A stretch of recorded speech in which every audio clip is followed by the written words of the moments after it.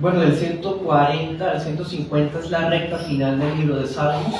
Algunos comentaristas dicen que desde el 140 hasta el 150 va desde un tono de lamentación hacia alabanza, como una cúspide, como yendo subiendo poco a poco, y comienza como con una especie de lamentación, que es este capítulo 140, y termina con el 150, que es bastante estrambótico, ¿no?, con la alabanza.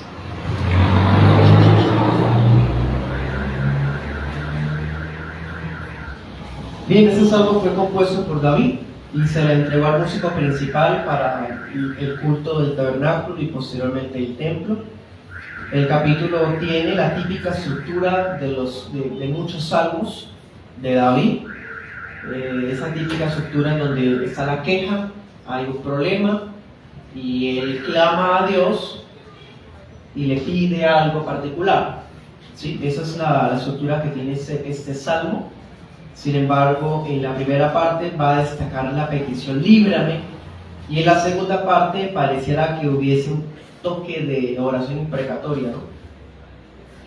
Y por eso titulamos esta enseñanza así, porque es quizás lo más particular de este salmo, de este capítulo en comparación con los demás, que le pida a Dios que no le conceda el deseo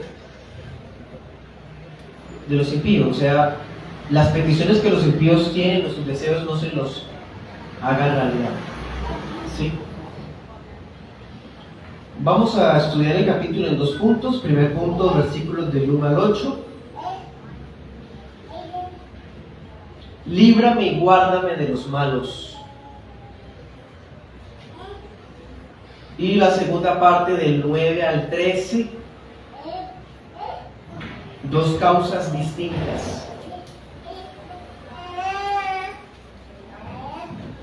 2 causas distintas. Bueno, vamos comenzando con el primero. Líbrame y guárdame de los malos, versículos 1 al 8. Leamos del 1 al 5 primeramente. ¿Listos?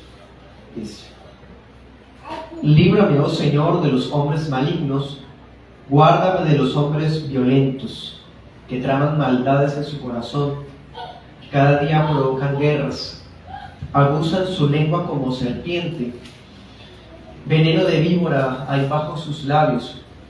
Guárdame, Señor, de las manos del impío, protégeme de los hombres violentos, que se han propuesto hacerme tropezar.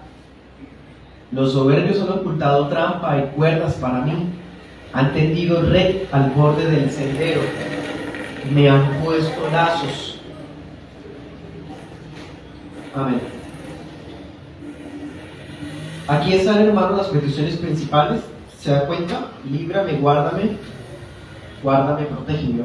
Básicamente lo mismo, ¿no? El salmista le ora al Señor para que lo libre de los malos y violentos. Leamos Salmo 59, 2.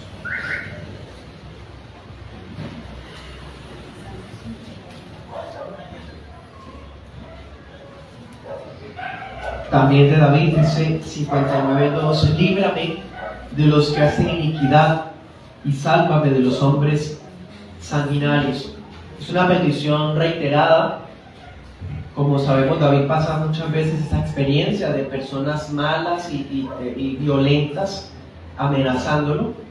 Y saben, cuando estudiaba el capítulo y veía esta parte cuando dice líbrame del malo, encontraba en Mateo 6:13, en el Padre Nuestro, que dice líbranos del mal, ¿sí?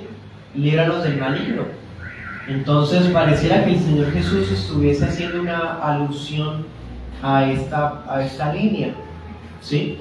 Nosotros oramos a Dios que nos guarde de los malos, pero no necesariamente de los chismosos o de la gente ladrona o violenta, sino también estamos orando así para que Dios nos guarde del maligno, que es el padre de todos los malignos.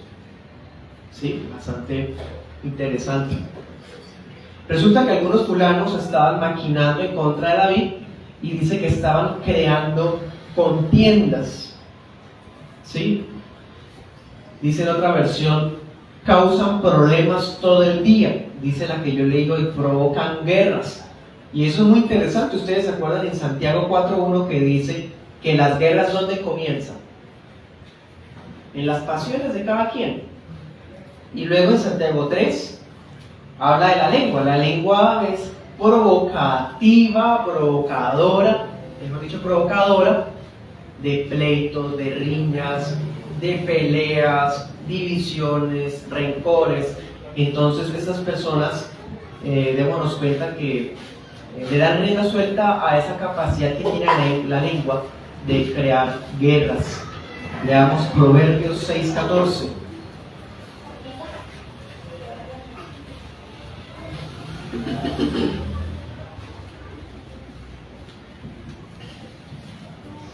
Aquí describen al indigno, al inicuo.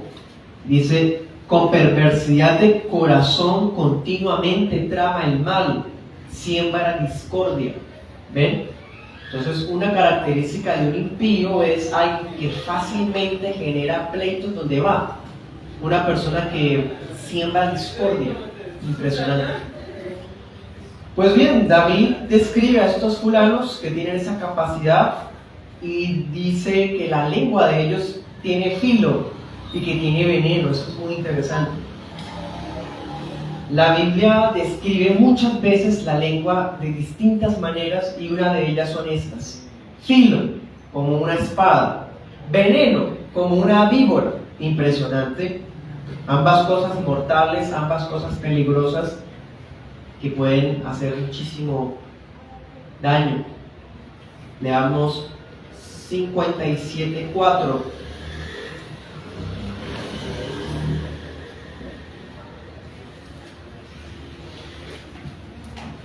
Ya él había tenido una experiencia así, decía, mi alma está entre leones, tengo que acostarme entre los que vomitan fuego, entre los hijos de los hombres cuyos dientes son lanzas y saetas y cuya lengua es espada afilada. ¿Sí? Ya se había descrito la lengua como espada, y hay otros pasajes más que la describen como una serpiente. Versículo 4, como leímos, insiste la petición, guárdame, oh Yahvé. Guárdame porque esos impíos traman violencia, traman injurias. La injuria tiene dos maneras de ser. La injuria puede ser ofender, tratar como de decir cosas para que la persona explote, ¿sí? Para provocar una pelea. Pero la injuria también es violenta, un empujón, ¿sí? Como le pasó una vez, un fulano le tiraba piedras. Todas esas cosas también son injurias. Ellos estaban tramando hacer todo esto contra David, con una única finalidad. ¿Cuál? Dice, trastornar sus pasos, ¿sí? Colocaban trampas. Dice otra versión, zancadillas. Le colocaban zancadillas. Leamos otro texto, uno que está en el Salmo que leeremos la otra semana, si Dios no sabía, Salmo 141:9. Dice, guárdame de las garras de la trampa que me han tendido y de los lazos de los que hacen iniquidad. Bien, ahí vemos la relación que tienen esa sección de capítulos. Volvamos al pasaje principal, versículos 6 al 8, dice, dije al Señor, tú eres mi Dios, escucha, oh Señor, la voz de mis súplicas. Oh Dios, Señor, poder de mi salvación, tú cubriste mi cabeza en el día de la batalla. No concedas, Señor, los deseos del impío. No hagas prosperar sus malos designios para que no se exalten. Bueno, lo que hemos estado leyendo, ¿cuáles son los malos designios del impío? Colocarle trampas, zancadilla, injuriarlo. O sea, lo que están tramando contra él. Él está pensando es en lo que están maquinando en su contra, ¿sí? David ha confesado a Yahvé como su Dios. Por lo tanto, confía que sus ruegos son oídos por él. ¿Sí? Leamos, por ejemplo, Salmo 132. 132 dice: Señor, oye mi voz, estén atentos tus oídos a la voz de mis súplicas. Bien, y él ora al Señor porque sabe que Él es su potente Salvador, dice la Reina Valera, ¿no? Dice otra versión: Él es el poderoso que me rescató. Y una cosa, hermanos, que es única en todo el libro de Salmos es esta que dice: tú eres el que cubre mi cabeza en la batalla. Este es el único pasaje en Salmos que dice esta expresión. Compara a Dios como con un casco. Imagínese usted cuán importante era para una armadura el yelmo. Habían ondas que tiraban piedras, habían jabalinas, saetas, flechas, y a veces los cascos servían para desviar el ataque, y el casco se echaba a perder, se hundía, pero la persona quedaba sana y salva, ¿no? Bueno, David dice: tú eres el que cubre mi cabeza en medio de la batalla. Bastante hermoso. Entonces él dice: tú me has cuidado. ¿Cuántas guerras que yo he tenido? ¿Cuántas guerras tuvo David, hermano? Muchísimas. Bueno, ¿no podrá librarlo Dios de las intrigas de esa gente? Claro. Por eso le pide que no conceda que los deseos de los pensamientos de ellos se realicen. No hagas prosperar sus malos designios. Quiere decir que cuando un deseo se cumple, es Dios haciendo de prosperar un X designio. Pero pasa algo, hermano. ¿Acaso Dios no le concede los deseos hasta a los impíos? Bueno, este pasaje implica que sí. Que a veces Dios concede el deseo a los impíos. Pero pensémoslo de esa manera. ¿Qué puede ser más contraproducente para un impío que Dios le conceda lo que desea? Es lo peor que le puede pasar a un impío, que Dios le conceda el deseo de su corazón. Es más, el salmista dice que a causa de eso se llena más de soberbia. Por eso él dice: no se lo concedas para que ellos no se inflen a causa de mí, ¿sí? Como diciendo que me vencieron. Hermanos, muchas veces Dios concede los deseos del corazón del pecador para su propia perdición. Pero David dice: oh Dios, que este no sea el caso. No les concedas el deseo a ellos. Anótese Salmo 10:2, léalo en adelante. Ese es quizás el salmo más parecido con esta petición.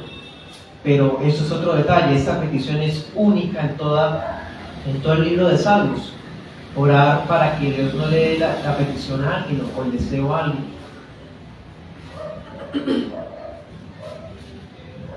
Bueno, como sea, vemos la descripción de un problema. Hay unas personas maquinando, injuriando a David. Pero la oración de David es que Dios lo guarde, lo libre, que sea su salvador como lo ha sido hasta ahora, y que no le dé la petición a estas personas. Démonos cuenta que David no busca refugio en el hombre. Pensemos algo, hermanos. Si usted se entera que alguien en su trabajo, en la universidad o en los vecinos están hablando mal de usted, ¿qué es lo primero que se nos ocurre? Por un lado, encarar a la persona. Por otro lado, tratar de buscar a los que les hablaron de nosotros para hacerles ver que no es cierto, sino que la persona es el verdadero malvado en el cuento. Otra tendencia que tenemos es tratar como de hablar mal también. Y esas son las salidas que tenemos a la mano. Defendernos con nuestras propias lenguas cuando hablan de nosotros. Pero David no hace eso. David no tiene interés en hablar o defenderse o limpiar su buen nombre o algo así, no, hermano. David tampoco busca refugio en su propia bondad. Él no anda diciendo, no, es que me están diciendo tal y tal cosa, pero yo no soy así, yo sí soy tal cosa, yo no he hecho tal cosa, yo soy de tal manera. No. No buscó testigos a su favor. No fue hasta obligarlos a retractarse de lo que decían. Por el contrario, busca refugio en el Señor y aguarda a que Él mismo lo cuide y lo defienda, lo libre. Bien, esa expresión librar da a entender como cuando alguien fue acusado en un juzgado y el juez sentencia que la persona es inocente, entonces lo libró, ¿sí? como que le levantó la cabeza. Hay otros salmos que hablan de esos términos también. Bien, vamos al segundo punto. Dos causas distintas, versículos 9 al 13. Leámoslos. Dice: en cuanto a los que me rodean, que la malicia de sus labios los cubra, caigan sobre ellos carbones encendidos, sean arrojados en el fuego, en abismos profundos de donde no se puedan levantar. Que el hombre de mala lengua no permanezca en la tierra, que al hombre violento lo persiga el mal implacablemente. Yo sé que el Señor sostendrá la causa del afligido y el derecho de los pobres. Ciertamente los justos darán gracias a tu nombre y los rectos morarán en tu presencia. Amén. Dos causas distintas. Primera causa, los fulanos tramando, conspirando, uniéndose, chismeando o tramando cómo hacer daño físicamente a David. Una causa malvada y que tiene todas las de perder. Y la otra causa, la del afligido, la del necesitado, la del difamado. ¿Sí? Varios individuos rodeaban al salmista, pero entonces él le ruega a Dios que toda la maldad que aquellos han proferido con sus bocas recaiga sobre la misma cabeza de ellos. Salmo 7, 16.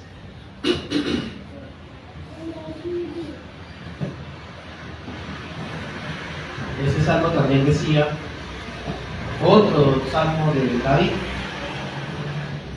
su iniquidad volverá sobre su cabeza y su violencia descenderá sobre su coronilla.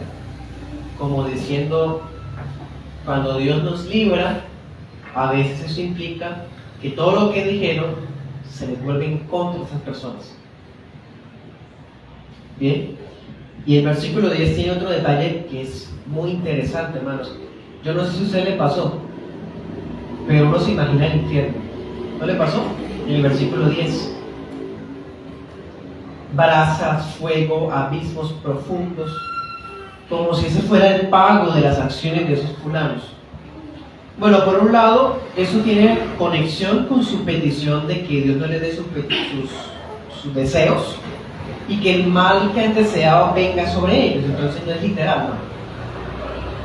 Pero si lo tomáramos como metafóricamente, como simbólicamente, pues es muy difícil no pensar en el infierno, porque allá serán lanzados los impíos y efectivamente tendrán que experimentar estas descripciones.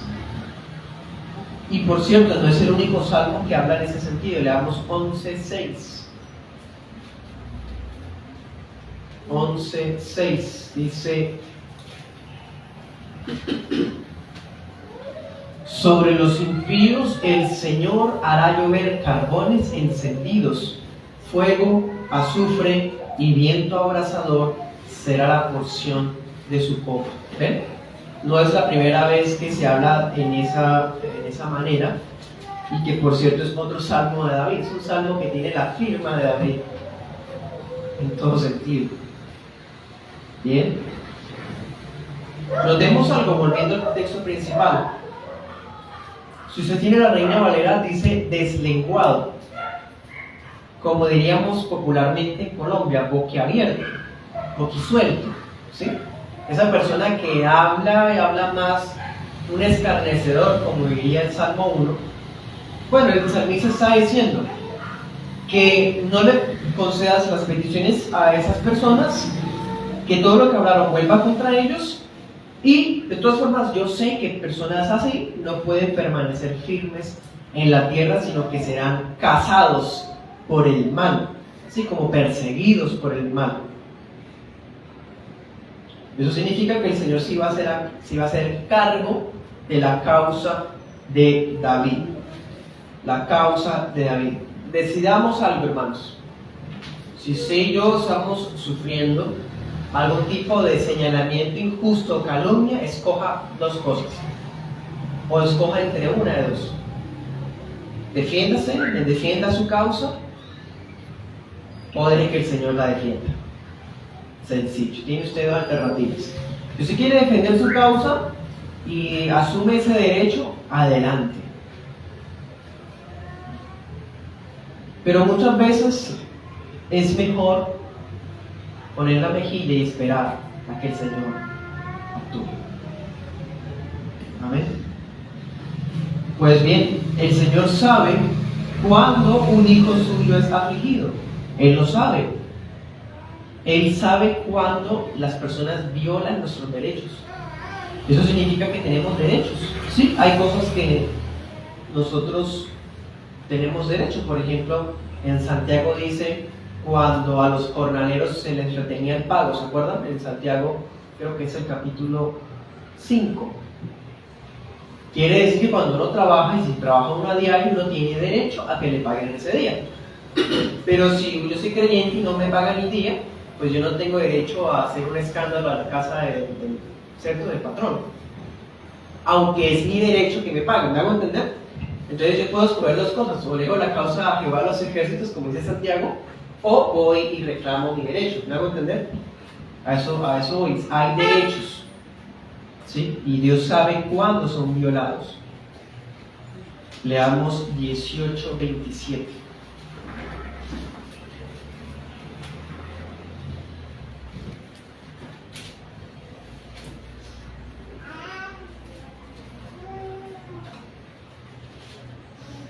Dice: tú salvas al afligido, pero humillas a los ojos altivos. Bien. El Señor sabe cuando somos afligidos y el Señor defiende a los afligidos. Así que en gratitud, los justos, quienes son los más afligidos en el mundo, irónicamente, ellos van a llegar un tiempo en el que no van a sufrir más, no van a ser más violados en sus derechos, sino que un día alabarán el nombre del Señor en su presencia.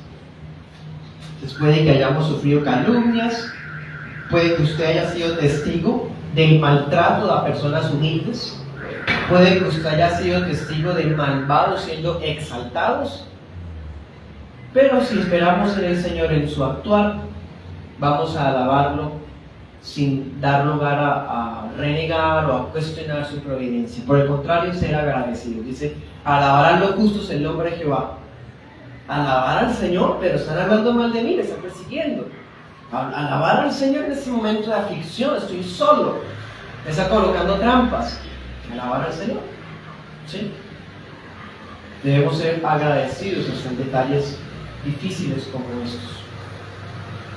Diría el Señor Jesús: bienaventurados son cuando, ¿sí?, hablen de nosotros mintiendo. Amén. Para terminar, voy a decir dos aplicaciones. Primera aplicación: el apóstol Pablo cita este salmo en Romanos 3:13. Y cuando cita ese salmo, el apóstol está diciendo que todos los seres humanos no regenerados tienen la lengua de serpiente. O sea que esta descripción no es única de los enemigos de David, de los incuriosos o boquisueltos de ese capítulo. No, todos. Y es más, lamento decirles, nosotros estamos incluidos ahí. Porque Santiago 3:8 dice que la lengua es un mundo de maldad y que ¿quién puede domarla? Así que suponemos entonces que en el mundo la gente le da rienda a su lengua, al filo y al veneno que tiene. Y los cristianos todavía tenemos una lengua que puede dañar, pero se supone que podemos domarla más.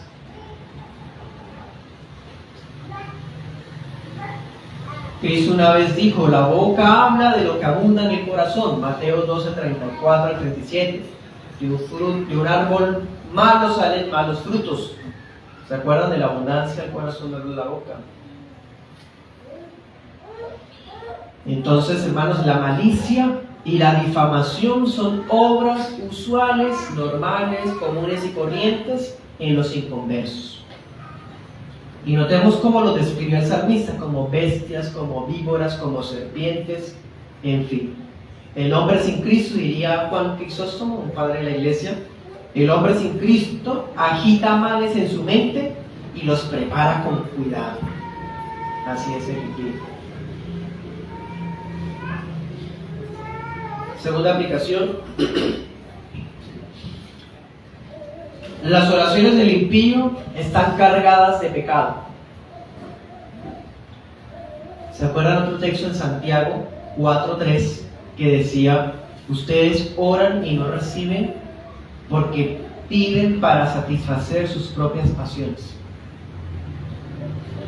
Si aún entre cristianos todavía pedimos cosas a Dios siendo egoístas y hacemos peticiones pero pecaminosas para defender nuestra causa, para decir que Dios está con nosotros cuando estamos desobedeciendo su voluntad. Si los cristianos aún podemos pecar en la oración, imagínese usted cómo es la oración de un impío. Por eso les decía ahorita, Dios concede las oraciones de los impíos muchas veces, sí, precisamente porque su oración los lleva a pecado. Y al llevarlos a pecado, más y más acumulan ira y sobreira. En cambio, 1 Juan 5:14 enseña que los deseos de los justos son acordes a la voluntad de Dios. Así que podemos pedir y Dios nos concede esos deseos, pero no como hace con los impíos. Los impíos les da el deseo, pero para que se endurezcan. ¿Sí o no usted no ha visto cuando a un impío le ha ido bien? Cuando él dice que ora y que Dios le responde sus oraciones y está cada vez más duro y terco a la verdad del Evangelio, ¿no se da cuenta usted que Dios concediéndole las peticiones de su corazón para que se pierda?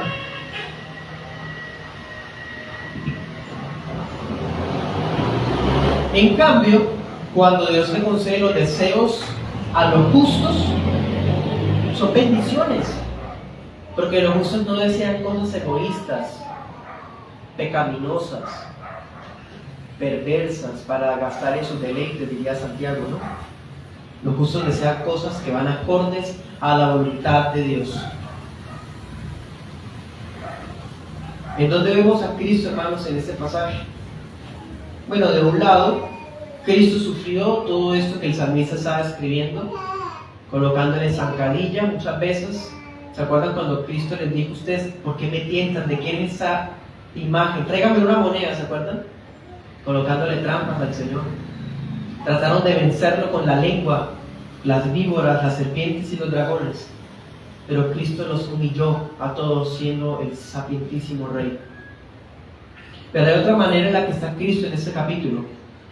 ¿Se acuerdan que decíamos que era el casco del salmista en las batallas? Bueno, Efesios 6:17 dice que tenemos el yelmo de la salvación. El yelmo de la salvación, la armadura del cristiano es Cristo. Cristo cubre nuestra cabeza, siendo Él mismo nuestra salvación. Amén.